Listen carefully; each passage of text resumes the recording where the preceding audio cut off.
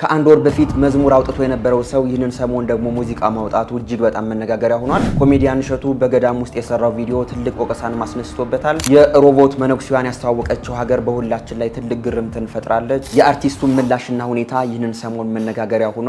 የዚህን ሰሞን ኳስም ሌላ ቡድን እያሳየን ይገኛል። እነዚህንና ሌሎች ወቅታዊና አስተማሪ ቪዲዮዎችን ይዘናል። ሰላም እንደምናላችሁ ውድ ኦርቶዶክሳውያን ኢትዮጵያና ኤርትራውያን ሁላችሁም እንዳላችሁበት የሰዓት አቆጣጠር እንደምናላችሁ ስለ ሁሉም ነገር እግዚአብሔር ይመስገን ልንል ይገባል። ዛሬም በወቅታዊና በአስተማሪ ቪዲዮዎች መጠናል። እንኳን ለክብር ባለቤት ለጌታችን ለመድኃኒታችን ለኢየሱስ ክርስቶስ በዓለ ዕርገት በሰላም አደረሳችሁ አደረሰን እንላለን። ባለፈው ቪዲዮአችን ላይ የሚያሸልም ኮሜንት ነበረን። በጣም ብዙዎቻችሁ ኮሜንት አድርጋችኋል። እጣ የወጣለት አካውንት ግን ይህ ነው። ባለዚህ አካውንት ታች በምትመለከተው የቴሌግራም ሊንክ ኮንታክት በማድረግ የ500 ብር ሽልማትን መውሰድ ይችላል። ዛሬም የሚያሸልም ኮሜንት ይኖረናል። እስከ ፕሮግራሙ ፍጻሜ አብራችሁን ቆዩ። ዛሬ ትልቅ በዓል እንደመሆኑ የተነሳ ቪዲዮአችን የምንጀምረው በጣም ደስ በሚል ቪዲዮ ይሆናል። እንኳን ለበዓለ ጰራቅሊጦስ እንደዚሁም ለበዓለ ዕርገት በሰላም አደረሳችሁ። እንግዲህ ጌታችን መድኃኒታችን ኢየሱስ ክርስቶስ ወደ ሰማያት ያረገበትን የዕርገቱን በዓል ቤተክርስቲያናችን በታላቅ ክብር ታከብራለች።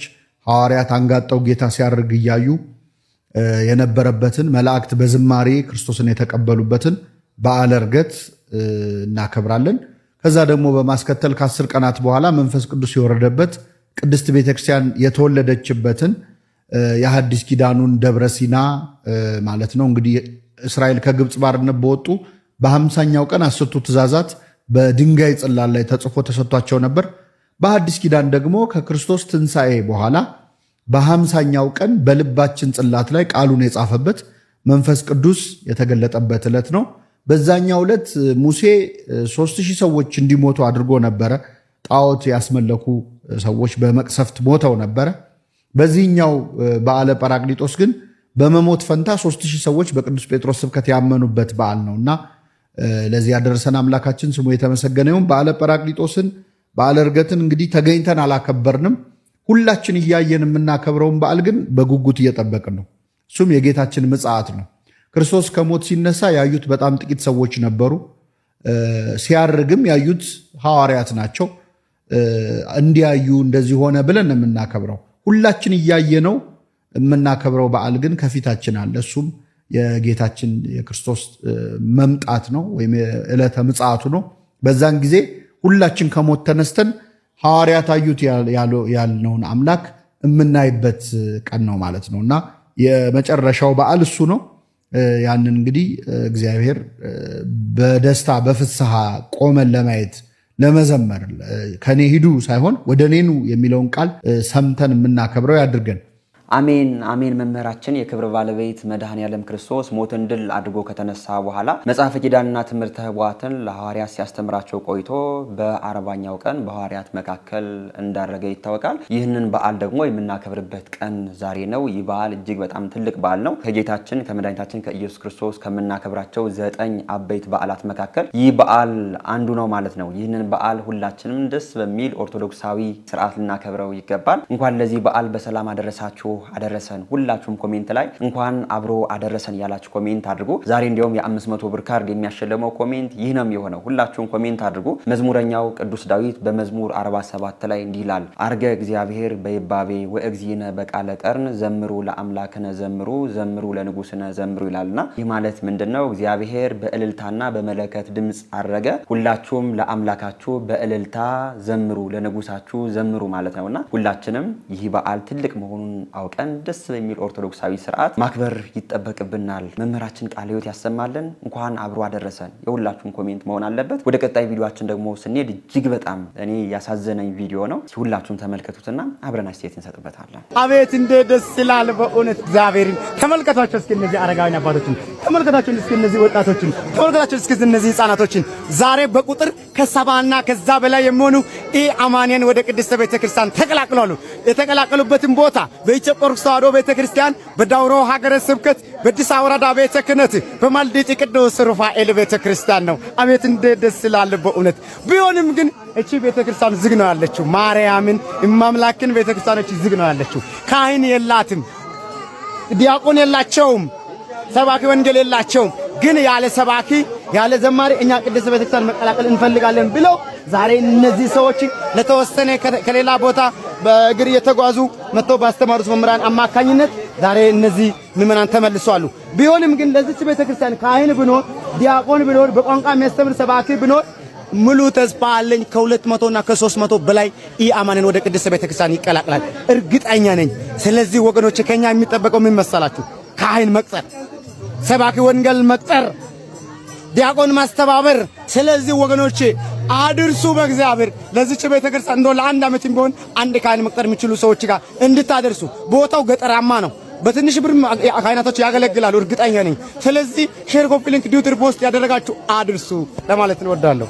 እኔ ቪዲዮ ሳይ እጅግ በጣም አዝኛለሁ። በተመለሱ ሰዎች ደግሞ ተደስቻለሁ። አሁን ላይ ከከተማ ውጭ ያሉ አብያተ ክርስቲያኖቻችን ምእመኖቻችን የሚገኙት በእንዲህ አይነት መንገድ እንደሆነ ነው የተረዳሁት። በጣም ያሳዝናል። አሁን ላይ በከተማ አካባቢ የሚገኙ ደብራት ያሉ የዲያቆን ብዛት ያለው የቀሳውስት ብዛት የሚታወቅ ነገር ነው። በጣም ከአቅም በላይ ነው ማለት ነው። ወደ እንዲህ አይነት ቦታዎች ደግሞ እጅግ በጣም ቤተክርስቲያን ተዘግተው ነው እንግዲህ እያየናቸው የሚገኘው። አብሶ ደግሞ በእንዲህ አይነት ወንድማችን አቤኔዘር በጣም ብዙ ቤተክርስቲያናትን ሲያስከፍትም አይተነዋል። በዚህ በሶሻል ሚዲያ እንዲህ አይነት ወንድሞቻችንን ሁላችንም ኦርቶዶክሳውያን ልናግዝ ይገባል። አሁን ላይ በከተማ ያሉ አብያተ ክርስቲያናት ቤተክርስቲያናቸው ምንም ሳይሆን ሳያረጅ እንኳን በጣም በብዙ ሚሊዮን እያወጡ ያንን ቤተክርስቲያን ሲያፈርሱት በጣም ብዙ ፎቆችን ሲሰሩ እናያለን። ለነዛ አንስጥ ማለት ሳይሆን በጣም አንገብጋቢ የሆነ ጉዳይ ሰው የማዳን ጉዳይ ነው። እነዚህ ወንድሞቻችን የተመለሱት እንግዲህ መጠው ተመላልሰው በሚያስተምሩ ሰባኪያን ነው እንጂ እዛው ምንም አይነት የሚያስተምር ሰው የለም። ጥቂት እየተምረው ነው እነዚህ ሰዎች የተመለሱት።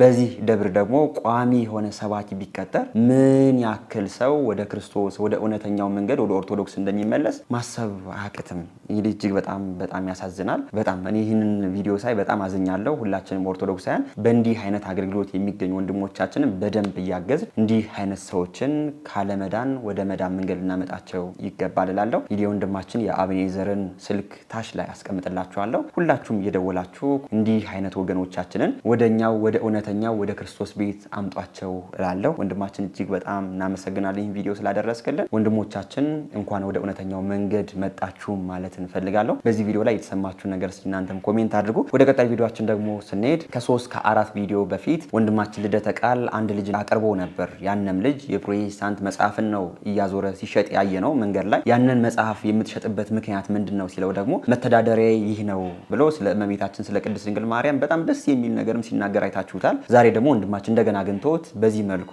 ሊጠመቅ እንደሆነ ነው እያየን የምንገኘውና ቪዲዮን አንዴ አሳይቻችሁ ልመለስ። እመቤትን የሚታከል የሰው ልጅ ምን ብሎ ነው የምታስቡት ብዬ አስባለሁ። በጥያቄያችሁ መሰረት ሁለተኛ ጊዜ ከወንድማችን ጋር ተገናኝተናል። ምሳ በልታል? ወንድማችን አርቦኛል። እንደውም የስራ መፍጠርን ትብብር እንድታረግልኝ በሀገረኛ በኢትዮጵያ ባበሻ ባል እየጠየቁ እያናገርኩ ነው። ወንድም እርዳልኝ እያልኩ ነው። ምንም ችግር የለም። አብዛኞቻችሁ ይሄ ልጅ በገንዘብ እጥረት ምክንያት ነው ከሃይማኖቱ የወጣው እንጂ እመቤታችን ፍቅር ያለው ሰው ነው፣ ወደ ቤተ እምነቱ መመለስ አለበት ብላችሁ ብዙዎቻችሁ እንርዳው እናግዘው ብላችሁኛል። እኔም ባላችሁት መሰረት ይሄው ለምሳ ተቀጣጥረን ተገናኝተናል። ምሳ አብረን እንበላለን። አካውንት ቁጥሩን የሱን አስቀምጥላችኋለሁ። ትረዱታላችሁ። ትጠመቃላ ተጠመቀ። የሚገርም ነው። ተጠምቀንኛለሁት ማለት የልጅነት ጥምቀትማ ተጠምቀ ነው። ከዛ ወደ ፕሮቴስታንት የተገባ ድጋሚ ደግሞ የንስሐ ጥምቀት ተጠምቀ ወደ ቤተክርስቲያን ህብረት ደግሞ ትመለሳለህ። የእናቴ ውሃ ትክክለኛ የተገባ ነው። ለእመቤታችን ያለን ፍቅር እስኪ ግለጽልን። በጣም የሚገርም ነው። እኔ በሀገረኛ በኢትዮጵኛ እመቤትን የሚታከል የሰው ልጅ ምን ብሎ ነው የምታስቡት ብዬ አስባለሁ። እንዴት እሷን ይክዳል? ራሱ የኢትዮጵያ ልጆች እመቤት ማለት እኮ ማዕዳችሁ እኮ ናት። ማዕድ ከመሰራቱ በፊት የማዕድ እናት የሆነች አየህ። ማዕድን ቆርሶ በልቶ ጎርሶ ጠገበና ውሃ ሲጠጡ ምን ይላሉ መሰለ? በለን ጠገበን ለምሉት ከማን እጅ ነውና ነው? ከማን ነው በረከትን ረድኤትን ያገኘ ነው? ሰላምን ማዳንን ሁሉ ያገኘ ነው ከእመቤታችን። እመቤታችን ደግሞ የማዕድ የራስ የአንተ የነፍስ እስትን ሚፋሱላ ከማዕድ በላይ ደግሞ አዳኝም አማላጅም እንደሆነች ማወቅ ግዴታ አለባቸው። ይሄንን ዘክራለሁ ዳና አድርጌ ጎበዝ። ስለዚህ አሁን ወደ ውስጥ እንገባለን። ይሄው ምሳ እንበላለን። ከዛ በኋላ ደግሞ የምታግዙት ሁላችሁም ታግዙታላችሁ። እንግባ ወደ ውስጥ። ይህንን ወንድም እንግዲህ ድጋሜ ማየቴ እጅግ በጣም ደስ ብሎኛል። ከ4 ከ5 ቪዲዮዎች በፊት እንግዲህ ይህ ወንድማችን በመንገድ ላይ ለፕሮቴስታንቶች መጽሐፍ ቅዱስ እየሰጠ ስለ እመቤታችን ሲመሰክር አይተነው ነበር። ከዛ በኋላ እንደገና ድጋሚ ደግሞ ወንድማችን አግኝቶት ስለ እመቤታችን ደስ የሚል ንግግርን ሲናገር እንዲያው ወደ ፕሮቴስታንቱ ሄደውም ደግሞ ስለቸገረው እንደሆነ በዚሁ እያየነው እንገኛለንና እንዲህ አይነት ወንድሞችን በደንብ ሁላችን እናግዛቸው ይገባል። አብሶ ደግሞ አሁን ላይ 90% በሚባል ደረጃ ከኦርቶዶክስ ወጥተው ፕሮቴስታንት ነን የሚሉ ሰዎች ኑሮ ስለከበዳቸውና በእነርሱ ቤት ደግሞ በዚህ መልኩ ስለሚያግዟቸው ነው አብዛኛውን ሰው ከእውነተኛው መንገድ ወጥቶ እያየን የምንገኘው። 10% በሚሆን ደረጃ ደግሞ ድሮ ኦርቶዶክስ ቢሆንም ኦርቶዶክስ አስተምሯ ምን እንደሆነ አያውቅም፣ ቤተክርስቲያን ሂዶ አያውቅም፣ አስቀድሶ አያውቅም፣ ግን ፕሮቴስታንት ሆንኩኝ በዛኛው በኦርቶዶክስ ቤት ኢየሱስ ክርስቶስ አይመለክም ብለው ሲናገሩ የምንሰማቸው ነው። እነዚህ አይነት ሰዎች ያለመማር ችግር ነው። የእንዲህ አይነት ሰዎች ደግሞ የኑሮ ችግር ነውና ቢያንስ ሁላችንም ኦርቶዶክሳውያን በደንብ ልንተጋገዝ እንደሚገባ የሚያሳይ ቪዲዮ ነው። ወንድማችን ልደተ ቃል ይህንን ወንድማችን እንደው ጥሩ ደረጃ አድርሰው እንድናይ እንፈልጋለን። በዚህ መልኩ ግን ስለ እመቤታችን ስለ እመብርሃን እየተናገረ ሳይወድ በግዱ ፕሮቴስታንት ሆኖ ነው ያየን የምንገኘው። እስኪ በዚህ ቪዲዮ ላይ ያላችሁ ማስተያየት ኮሜንት አድርጉ። ወደ ቀጣይ ቪዲዮአችን ደግሞ ስንሄድ አንድ ታክሲ ሰልፍ ላይ ያየነው ነገር እጅግ በጣም መነጋገሪያ ይሆናል። ቪዲዮን አንዴ አሳይቻችሁ ልመለስ። እናንተ የተጠማችሁ ወደ ውሃ ኑ፣ እናንተ ገንዘብ የሌላችሁ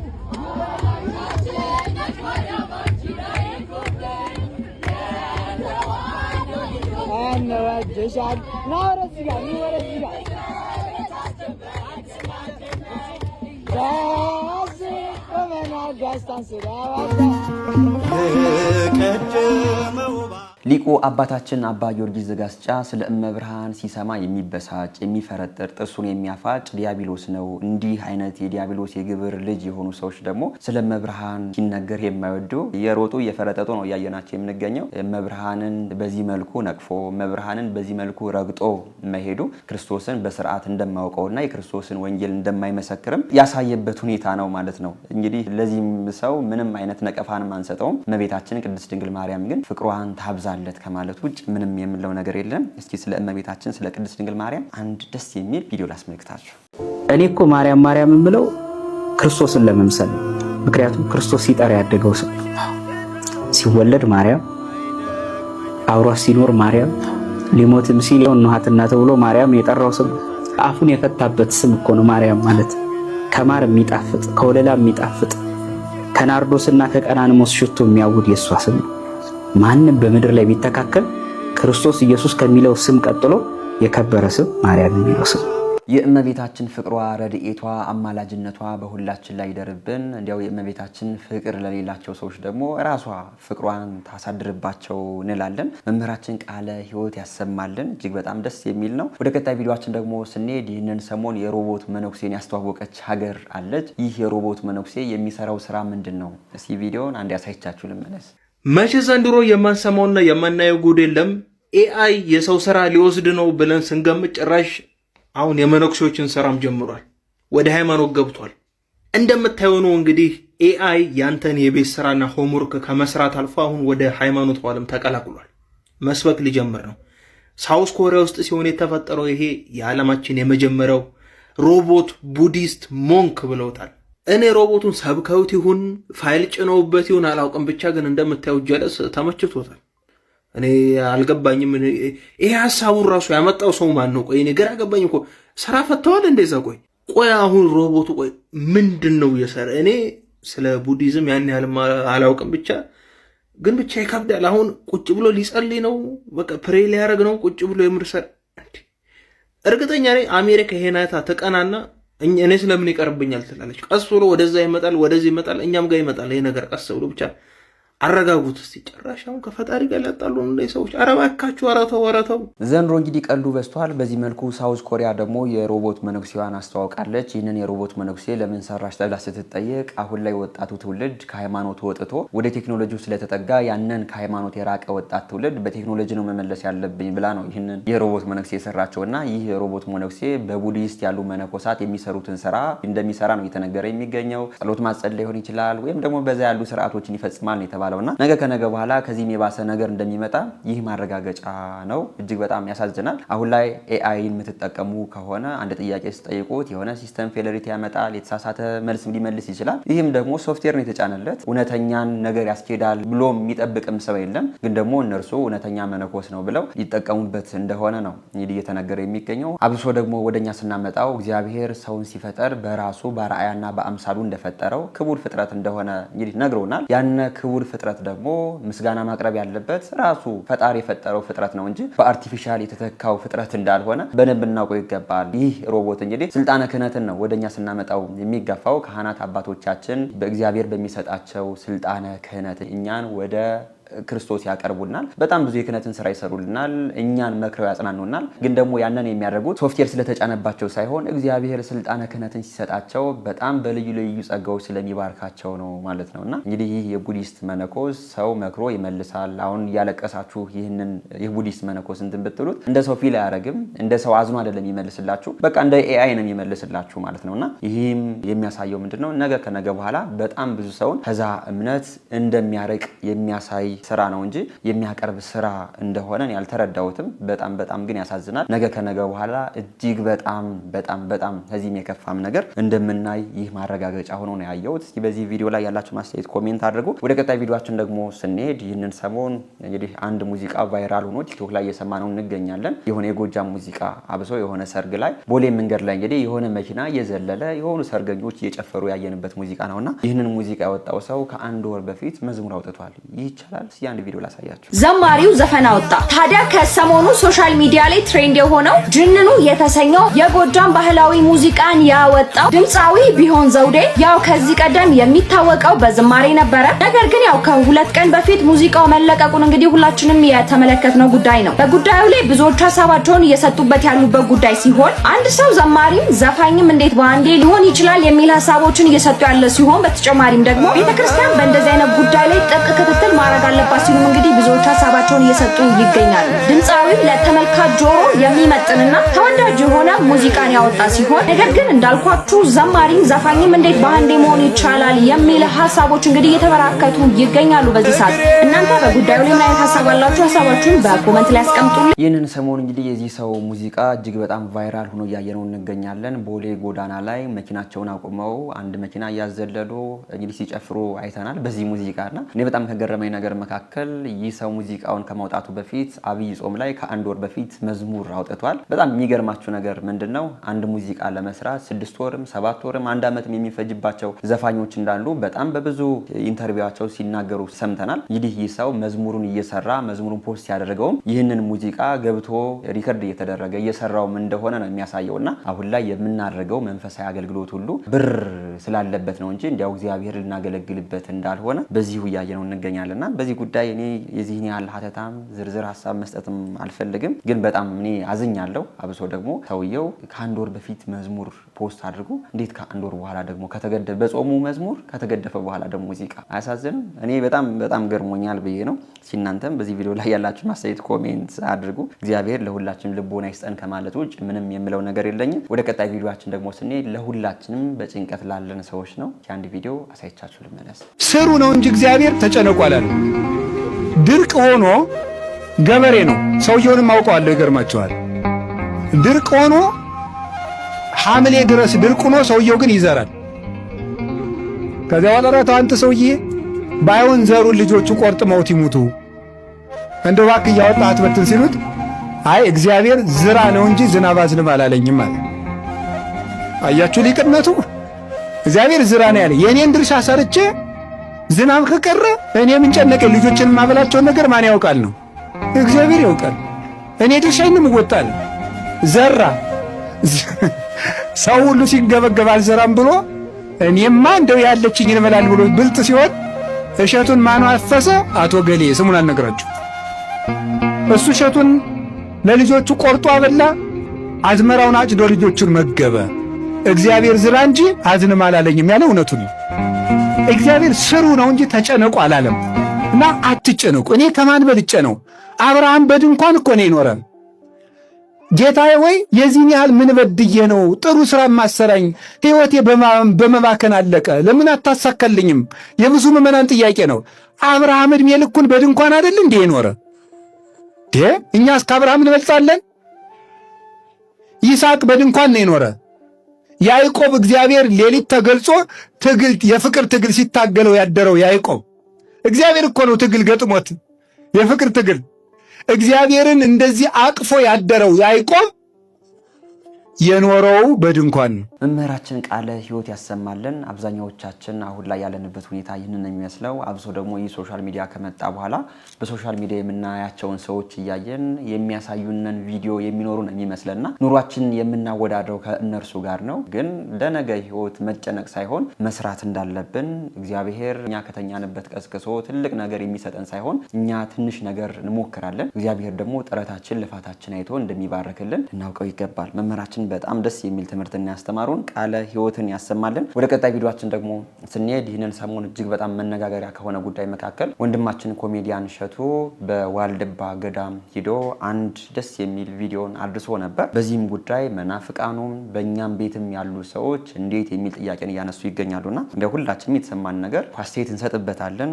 እስኪ ከዚህ በፊት መናፍቃን በዚህ ጉዳይ ምን አስተያየት ሰጡበት? አንድ ቪዲዮ አንድ ያሳይቻችሁ ልመለስ። ፍትህ ለዋልድባ መነኮሳት ወይ በልቼው ሊል እንዴ? አይ እና ከዚህ ብሻገር እኔ ኃጢአቴ አብሮኛ አይሄድም። እንደ ካባ ወልቆ ነው እዚሁ ላይ የሚለው። እኔ እኮ ማይ ውስጥ 3 ቀን ነው የምቆየው። ቢሆንም ቋርፍ የሚባል ምግብ አለ። ከዛ ውጭ እህል አይሻገርም። እና ይሄን ምን ላድርገው ማይ? እዚሁ ቁጭ አድርገው። ግን ኃጢአትም አይሻገርም ነው ያሉኝ? አዎ ኃጢአት አይሻገርም። እንዴት? እንደ ካባ ወልቆ ነው የሚቀረጽ። በነገራችን ላይ እዚህ ዋልድባ ገዳም በጣም ብዙ አይነት በሽታ አለ። ሰው በዚህ በሽታ ሲያዝ፣ ሲማቅቅ፣ ሲሞት እንደ ደስታ እንደ ጽድቅ ይቆጠርለታል። አይገርምም? ካላመናችሁኝ በእሸቱ ዩቲዩብ ላይ ተለቋልና ሙሉን መመልከት ትችላላችሁ። ስለዚህ ፍትህ ለዋልድባ መነኮሳት ያልኩት በዚህ ምክንያት ነው። አያሳዝንም? ትውልዳችን በዚህ መልኩ ሲጠፋ ሲማቅቅ ክርስቶስን አገኛለሁ ብሎ ራሱን አካሉን ህሊናውን ሲጎዳ። ስለዚህ በተቻለ መጠን እኛ የወንጌል አማኞች እዛ በረሃ ውስጥ ለሚንከራተቱ መነኮሳት እንድንጸልይላቸው ኃጢአትና ምግብ አይሻገርም ብለው ህዝቡ ላይ እየቀለዱ ስለሆነ በክርስቶስ ኢየሱስ ስም ርዕስ አድርገን ጸልየንላቸው ከዚህ መቅሰፍት እንዲወጡ በጌታ ፍቅር ለምናቸዋለሁ። አእምሯቸው የተዘጋ ጸረ ወንጌል የሆኑ ሰዎች እንግዲህ ለዋልድባ መነኮሳት ፍትህ ይሰጣቸው፣ እኛ ወንጌላውያን ደግሞ እንጸልይላቸው የሚል መልእክት ነው ያስተላለፈ የሚገኘው። እግዚአብሔር ለእናንተ ልቦና ይስጣችሁ ነው የምንለው እንጂ ለመነኮሳት አባቶቻችን የሚጸለይላቸው ሳይሆን እኛ በዚህ በዓለማዊ መንገድ እያለን ለምንንከራተት ሰዎች የሚጸልዩ መሆናቸው ልናውቀው ይገባል። ፕሮቴስታንቱ ዘንድ ስጋን ለነፍስ ማስገዛት የሚባለው ነገር የለም። ጾም፣ ጸሎት፣ ስግደት፣ ምጽዋት ወይም ደግሞ ሁሉን ነገር ለእግዚአብሔር መስጠት ዋጋ ያሰጣል ብለው የሚያስተምሩ አይደሉም። በእኛ በኦርቶዶክስ ደግሞ ሁሉን ነገር ለእግዚአብሔር መስጠት ዋጋ እንደሚያሰጥ አውቀው ነው መነኮሳቱ በዚህ መልኩ ሁሉን ነገር ትተው እግዚአብሔርን በሙሉ ነገራቸው የሚከተሉትና በዚህ በመነኮሳት ጉዳይ መናፍቃን የሚያገባችሁ ነገር የለም። እናንተ የለመዳችሁት በዓለማዊ መንገድ እንደፈለጉ ሆኖ ስጋዊ ፍላጎትን ማሟላት ነውና ለአህያ ማር አይጥማትም ነው የሚባለው አይደል? በዓለማዊ መንገድ እየኖረ የፈለገውን ኃጢአት እየሰራ የፈለገውን መንገድ እየሄደ ክርስቶስ በቃ አንዴ ሞቶልኛል ብሎ ለሚያስብ ሰው እንዴት ብሎ ገዳም ሊጣፍጠው ይችላል? እንዴት ብሎ ሁሉን ነገር ጥሎ ሊሄድ ይችላል? አይችልም። ለዛ ነው እንግዲህ እነዚህ ሰዎች ስለ ምንኩስና ሲነሳ አይናቸው ደም ሆኖ በዚህ መልኩ ያልሆነ አስተያየትን የሚሰጡና ወንድማችን እሸቱ በሰራው ቪዲዮ እናንተ ምንም አይነት አስተያየት መስጠት እንደሌለባችሁ በዚሁ አስረግጬ መናገር ፈልጋለሁ። በዚህ ቪዲዮ ላይ ግን በጣም ብዙ ኦርቶዶክሳውያን አስተያየት ሰጡበት ነበር። እንግዲህ የሰጡትም አስተያየት ምንድነው? በቪዲዮ ላይ መነኮሳት እንደ አርቲስቱ ነው ተውነዋልና ይህ ነገር ልክ አይደለም የሚልን አስተያየት ሰጠዋልና እስኪ ቪዲዮን አይተን አብረን ጠቅለል ያለ አስተያየት አብረን የምንሰጥ ይሆናል።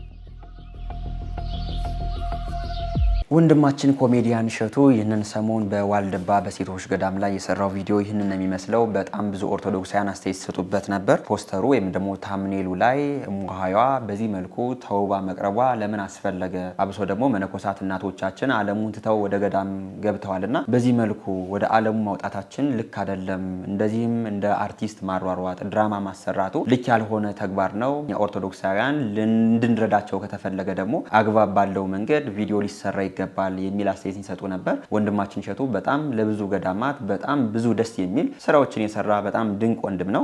ይህንን ነገር ያደረገው ደግሞ ከየዋህነት ወይም ደግሞ ከቀናይነት እንደሆነ እኔ ተረድቼዋለሁ። እውነት ነው። መነኮሳት አባቶቻችን እናቶቻችን እንዲህ አይነት የበረከት ስራን እኛን ሲያሰሩን እኛ በአግባብ ልንሰራ ይገባል። ግን ደግሞ አብዛኛዎቻችን ማወቅ ያለብን ነገር ምንድነው? ቪዲዮዎች መነጋገሪያ ካልሆነ ድረስ እኛ አብዛኛዎቻችን ዩቲዩብ ላይ አናየው። እሱም ወንድማችንም ደግሞ እንዲህ አይነት ፖስተርን እንዲህ አይነት ቪዲዮን የሰራበት ምክንያት በቃ መነጋገሪያ ሆኖ ለነዚህ ገዳማውያን የሆነ ነገር እንድናረግ ነው ብዬ ነው እኔ ይህንን ነገር የተረዳሁትና በጣም ብዙ ሰው ሲተቸው ነበር ወንድማችን እሸቱ።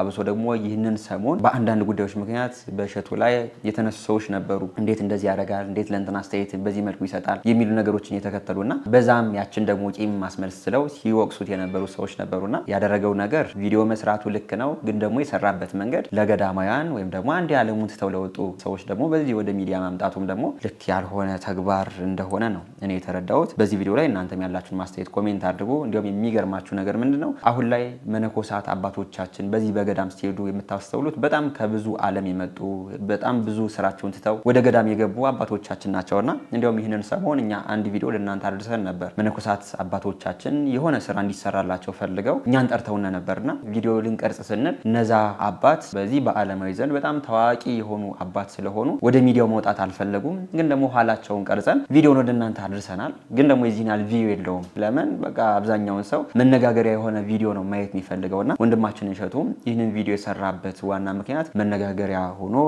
የእናቶችን የውሃ ፕሮጀክት ለመፈጸም እንደሆነ የተረዳሁት። እንግዲህ ሁሉም ነገር በስርዓት ቢሆን እንግዲህ መነኮሳት አባቶችን እናቶችን የማያሳቅና ትተውት የሄዱትን የዓለማዊ መንገድ ደግሞ እንደገና የማይመለሱበት ሊሆን ይገባል ብዬ አስባለሁ። በዚህ ቪዲዮ ላይ እናንተም ያላችሁን አስተያየት ኮሜንት አድርጉ። እኔ ይህንን ሰሞን የተሰማኝ ነገር ይሄ ነው። በኮሜዲያን እሸቱ ጉዳይ ግን አንዳንድ ሰዎች ደግሞ ያልሆነ ማስተያየት ሲሰጡ ነበር። ይህንን ሰሞን በባምቢ ጋር በነበረው ውዝግብ እንግዲህ ያችን ቂም ይዘው ደግሞ እንዴት በገዳማችን እንዴት በዚህ በቤተክርስቲያን መቀለድ የሚሉ ነገሮች አሉና እንደ ወንድማችን ያሰበው ከቀናኢነት ነው የሚመስለኝ። በቃ ቪዲዮ ታይቶ ለእናቶች አሁን ካሉበት ችግር እንዲወጡ ያደረገው ነገር ነው እንጂ እንደው ከክፋት ታስቦ የገዳምን ስርዓት ለመጣስ እናቶችን ወደ ዓለማዊ መንገድ ለማስወጣት እንዳልሆነ በዚሁ ልንረዳ ይገባል። ወንድማችን በጣም ብዙ የበረከት ስራዎችን የሰራ ምርጥ ኦርቶዶክሳዊ እንደሆነ በደንብ ልናውቀው ይገባል ብዬ አስባለሁ። እናንተ በዚህ ቪዲዮ ላይ ያላችሁ ማስተያየት ኮሜንት አድርጉ። በደንብ ይቀጥላል ቪዲዮአችን። የአርሰናል ደጋፊዎች እንኳን ደስ አላችሁ። 22 ዓመት ሙሉ ጠብቃችሁ ዋንጫ በላችሁ። ስንት ደጋፊ አለቀሰ። ለምን ነው ማተረጋገው? አሁን ግን አልቻልኩም። ለአርሰናልማ ይለቀሳል፣ አልቅስለት እንጂ ይህን ባለ ክርስቶስ ቢሆን ስንት ታምር ስንት ድንቅ ነገር በተመለከተ ብዙ የጽድቅ ስራዎችን ባየን፣ ብዙዎች ሲጽናኑ ባየን። 22 ዓመት የጠበቁትን ዋንጫ በለዋለሁ። የስ እውነት ግን በዋንጫው በላችሁ ወይስ በላችሁት? እመቤቴ ማርያም አገዘቻችሁ። አርሰናል ዋንጫ እንዲያገኝ አገዘቻችሁ። እንደምረከምን እመቤቴ ማርያም አገዘችን እኮ። አሳካ ነው እንደሚያሳካ ነው።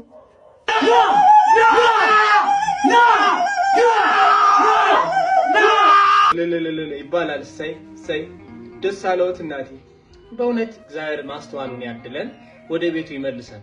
ለክርስቶስ 2 ደቂቃተን 22 ዓመት ሙሉ በትዕግስት መጠበቅ በአመት ስንት ጨዋታ እንደሚካሄድ ያንንም 90 ደቂቃውን ብታባዙት ወንድሞቼ፣ እናንተን ለመንቀፍ እናንተን ለመተቸት አይደለም። ለአምላካችሁ ግን 2 ደቂቃ ብቻ ስጡት። ብትኖሩት በመደገፍና በመደገፍ አይደለም።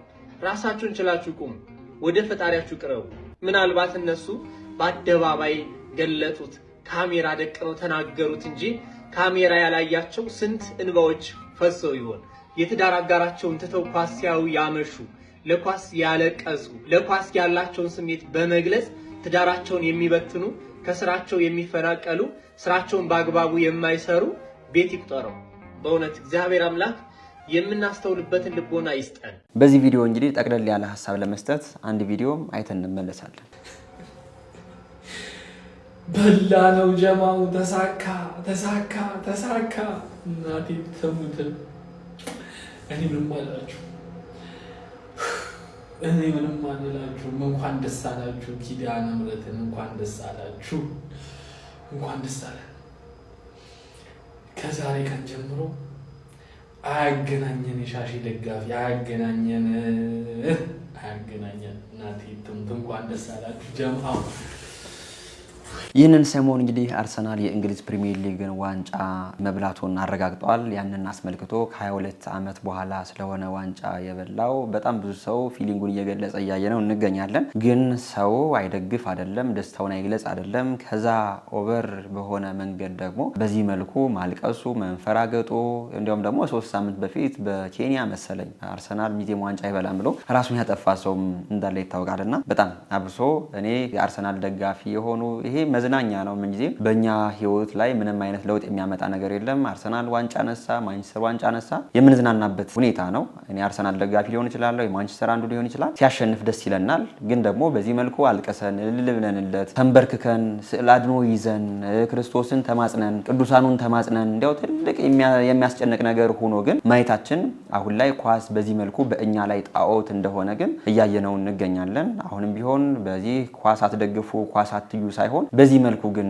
እኛን በሆነ ስሜት እኛን በዚህ መልኩ የሚያንፈራግጥ ከሆነ ይህ ጣዖት ነው እንጂ መዝናኛ እንዳልሆነ በደንብ ልናውቀው ይገባል። አሁን ላይ ስንት የምናለቅስበት ጉዳይ ነበር። አብሶ ደግሞ የሀገራችን ሁኔታ፣ የኦርቶዶክሳውያን ሞት፣ ኑሯችንም እኮ ያስለቅሳል አይደል? አሁን ላይ ግን ደግሞ እኛ አሁን ላይ በቃ ስለደላን ወይም ደግሞ በሌሎች አካባቢ የሚሞቱ ኦርቶዶክሳውያንን በሌሎች አካባቢ የሚጨነቁ ሰዎችን ስለማናይ በዚህ መልኩ የእንግሊዝ ፕሪሚየር ሊግ ኳስ አስጨንቆን እንባችን እናፈሳለና እኔ ኳስን እየተቃወምኩ ማየትን እየተቃወምኩ መደገፍን እየተቃወምኩ ሳይሆን በዚህ መልኩ ግን ኦቨር ፊሊንግ ወይም ደግሞ ኦቨር የሆነ ማልቀስ፣ ኦቨር የሆነ መንፈራገጥ፣ ኦቨር የሆነ በዚህ መልኩ ያልሆነ ነገር ግን አሁንም ቢሆን ለእኛ ኳሱን ጣዖት አድርገን እያመለክነው እንደሆነ ማሳያ ነው ለማለት ነው። በዚህ ቪዲዮ ላይ እስኪ እናንተም ያላችሁን ማስተያየት ኮሜንት አድርጉ። ይህንን ሰሞን የአርሰናል ደጋፊዎች በጣም ብዙ ነገርን እያሳዩን ይገኛሉ ለማለት ነው። እንቀጥላለን ቪዲዮአችን። ሰዎች እምነቱን ቀየረ ይሉኛል፣ እውነቱ ግን ሌላ ነው ብሏል። እንስማው። በአንዴ ነው እምነትህን የሚያስቀይሩ። ጴንጤ ሆነ ይሉሃል። መጀመሪያ ምን እንደሆንክ እኮ ሁሉ አያውቁ። ገብቶሃል? እኔ ጽጌ የሰጠችኝ እምነት፣ ቢሌ ወንድሙ ማሙ የሰጠኝ እምነት ኦርቶዶክስ ነው። አያቴ ዘነበ የሰጠችኝ ኦርቶዶክስ ነው። እንዲህ ነኝ ብዬ ላስገርምህ አይደለም። እኔ እምነት መቀየር ሳይሆን የከበደኝ ወደ እምነቴ መጠጋት ነው። ሰነፍ ነኝ እምነቴ ላይ ስንፍና እንጂ ያለብኝ እምነቴ መቀየር አይደለም። ይሄን እኮ ወንድሙ እምነቱን ቀየረ የሚል ነገር ተወርቶ እና በተቆነጠጥክ ቁጥር መልስ መስጠት ስለሌለብህ ነው። ዛሬ አጋጣሚ ስለጠየቀኝ ነው። ለምን ቤተሰብ ምናምን ይጠይቀሃል እኮ።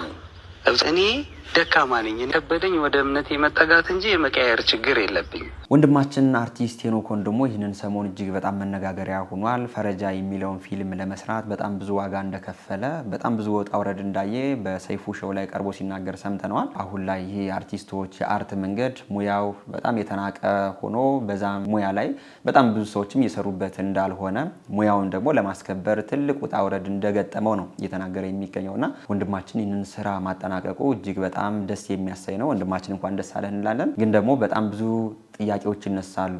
አብሶ ኦርቶዶክስ ወጥቶ ፕሮቴስታንት ሆነ እምነቱን ቀየረ የሚሉ ሰዎች አሉና እንደው እኔ ወደ እግዚአብሔር መቅረብ ነው ወደ እምነቴ መቅረብ ነው በጣም ደካማ ሆኜ የተሳነኝ እንጂ እኔ ኦርቶዶክስ ነኝ የሚል ምላሽ ተሰጥቷልና እግዚአብሔር ወንድማችንን ወደ እርሱ ያቅርበው ከማለት ውጭ ምንም የምንለው ነገር የለንም። የወንድማችን ጉዳይ ይህንን ሰሞን ግን በጣም በብዙ ሚዲያዎች የተወራበት ይገኛል። ወንድማችን እንኳን ደስ አለ። ቀጥላን ቪዲዮአችን። አሁን ይህ የምታየው ስዕል የማን ነው ብዬ በጠይቃችሁ በእርግጠኝነት ሁላችሁም በአንድነት የህፃኑ የቅዱስ ቂርቆስ ስዕል ነው የምትሉኝ አይደል? ቤተሰብ በጣም ተሳስተናል። ማርያምን ነው የምላችሁ። የዚህ ስዕል ትክክለኛ ስያሜና የታሪክ አመጣጥ ብትረዱ ምን ያህል እንደተሳሳተ ትረዳላችሁ። በጣም ትደነግጣላችሁ። ማርያምን ነው የምላችሁ። እንዴት እንደሆነ ላስረዳችሁ። በጣም አሪፍ። ቁጭ ብላችሁ ይሄን ቪዲዮ ላይክ አድርጉና እስከ መጨረሻ ስሙኝ። በማርያም ላይክ አድርጋችኋል አይደል? ስለዚህ ሊቀጥል ቆይ አንዴ ከዛ በፊት ግን ይቅርታና ማለት ነው ሰሞኑን በቅዱሳን ስዕላት ዙሪያ እየሰራው ባለው ቪዲዮ ላይ ኮሜንት ላይ እየገባችሁ አይ እንግዲህ አታወዛግበን የምትሉ ሰዎች መረዳት ካልፈልጋችሁ በስተቀር በማስተዋል እስከ መጨረሻ ከሰማችሁት ምንም የሚያወዛግብ ነገር የለውም። ሁለተኛ ደግሞ አዲስ ነገር አታምጣብን አባቶች እንደዚህ ያላስተማሩ የምትሉ ሰዎች በመጀመሪያ አባቶችን ራሱ ሰምታችኋል ወይ? ሲቀጥል ደግሞ ይሄ አዲስ ነገር ሳይሆን ቤተክርስቲያን ከዛሬ 6 ዓመት በፊት ራሱ ስትጮህ የነበረው እኛ ያልሰማነው አጀንዳ ነው። እኔ ዛሬ እዚህ ጋር እንደ አዲስ ያነሳው የመሰላችሁ ከፈለጋችሁ በራሳችሁ መንገድ ገብታችሁ ሪሰርች ማድረግ ትችላላችሁ። ሶስተኛ ደግሞ ዋናው የግል እምነት ነው ብላችሁ ነገሩን ከእምነት ጋር የምታያይዙ ሰዎች ለምሳሌ ባለማወቅ ይሄ ስዕል የሕፃኑ ቂርቆስ መስሏችሁ በሱ ፊት ቆማችሁ ስትጸልዩ የነበረው በልባችሁ ወደ ሕፃኑ ቂርቆስ ስለሆነ ነው እንጂ ጸሎታችሁ የተሰማው ስዕሉ በትክክል የሕፃኑ ቂርቆስ ስለሆነ አይደለም። እኔ ደግሞ እያወራ ያለሁት ስለናንተ የግል እምነት ሳይሆን ስለ ስዕሉ ስለሆነ አይዞር በል ይሄ የሕፃኑ ቂርቆስ ነው ዋናው የግል እምነት ነው ብላችሁ የምትቀጥሉ ሰዎች ከቤተ ክርስቲያን ስርዓት ይልቅ የኔ የግል እምነት ይበልጣል የምትሉ ሰዎች ናቸው። ማንም ደግሞ ከቤተ ክርስቲያን ስርዓት በላይ ሊሆን አይችልም። ስለዚህ አርፋችሁ ምላችሁን ነገር ሰምታችሁ በቤተ ክርስቲያን ሕግና ስርዓት ብትመሩ ይሻላችኋል። አይ ካላችሁም የእናንተ ምርጫ ነው። እኔ መናገር ያለብኝን እናገራለሁ። በዚህ ተስማማና ወደ ዋናው ሐሳብ ይለመለስ። ይህ የምታዩት ስዕል እኛ ለዘመናት ስናምን እንደነበረው የሕፃኑ ቂርቆስ ሳይሆን በእውነቱ የዚህ ስዕል ትክክለኛ ስያሜ The Infant Jesus of Prague ወይም ደግሞ የፕራጉ ሕፃን ኢየሱስ ተብሎ በካቶሊካውያን ዘንድ ሕፃኑ ክርስቶስ ይህን ይመስላል ተብሎ የተሳለ ስዕል ነው። ሎቱ ስብሐት ሕፃኑ ኢየሱስ ተብሎ በካቶሊካውያን ዘንድ የሚታመንን ስዕል ነው። ለዘመናት ቤተክርስቲያናችን ውስጥ አስገብተን ቅዱስ ቂርቆስ የሚል ስያሜ የሰጠ ነው። መድኃኔዓለም ሆይ አያችሁ፣ ያለ መጠየቅ በራሳችን ሪሰርች ያለ ማድረግ ያለ ማስተዋላችን ጥግ የሚባሉን ብቻ ዝም ብለን አምነን የመቀበላችን ጥግ ምን ያህል እያሳሰተን እንደሆነ ከፈለጋችሁ ካላመናችሁኝ ጉግል ላይ ግቡና ዘ ኢንፋንት ኦፍ ፕራግ ብላችሁ ቀጥታ ብትጽፉ ይሄንን ስዕል ያመጣላችሁ። በፈለጋችሁት መንገድ ሪሰርች ማድረግ ትችላላችሁ። ያልኩት ነገር እውነት ሆኖ ነው የምታገኙት። ስለዚህ ትክክለኛው የሕፃኑ ቂርቆስ ስዕል የቱ ነው ካላችሁኝ ጥሩ ጥያቄ ጠየቃችሁ። እስኪ እንደው አጋጥሟችሁ ከሆነና በትላልቅ አብያተ ክርስቲያናት ቤተ መቅደስ ውስጥ በእጅ የተሳሉ ቅዱሳን ስዕላትን ካያችሁ አብዛኛውን ጊዜ ሕፃኑ ቂርቆስ የሚሳለው ከእናቱ ከቅድስት ኢየሉጣ ጋር ነው። እሱም በእሳት ውስጥ ሆኖ ቅዱስ ገብርኤል ሲያድናቸው ነው። ለብቻውም ቢሆን ቢሳል ከሰማዕትነት ጋር በተገናኘ መልኩ እንጂ ልክ እንደዚህ በንግስና ወይም የንግስና ካባ አልብሰውት አይደለም። ምክንያቱም የሕፃኑ ቂርቆስ የሕይወት ተጋድለው ከሰማዕትነት ጋር የተገናኘ ስለሆነ በዚህ ራሱ መለየት ትችላላችሁ። ስለዚህ ትክክለኞቹ ስዕል እነዚህ ናቸው። ስለዚህ ለጠቅላላ እውቀት ካሁን በኋላ ትክክለኞቹን የቤተ ክርስቲያናችንን ስርዓቱን ጠብቆ የተሳሉትን ስዕሎች ሁሉንም ማለት ነው ልታገኙት የምትችሉት በጥንት አባቶች በእጅ የተሳሉት እነዚህን የመሳሰሉ ስዕሎች ሲሆን ሌሎቹ ደግሞ አሁን ላይም ቢሆን በትላልቅ አብያተ ክርስቲያናት ቤተ መቅደስ ውስጥ ተካየን በትክክለኛ ሰዓሊያን በእጅ በሸራ ላይ የተሳሉት ስዕሎች ናቸው። ለምን መሰላችሁ? እነዛ ስዕላት ከመሳላቸው በፊት ሰዓሊያኑ በጾምና ጸሎት ተወስነው ትክክለኛውን የቤተ ክርስቲያን የቅዱሳን ስዕላት አሳሳል ጠብቆ ስለሚይዟቸው እነሱ ናቸው ትክክለኞቹ ተብሎ ሊወሰዱ የሚገቡት።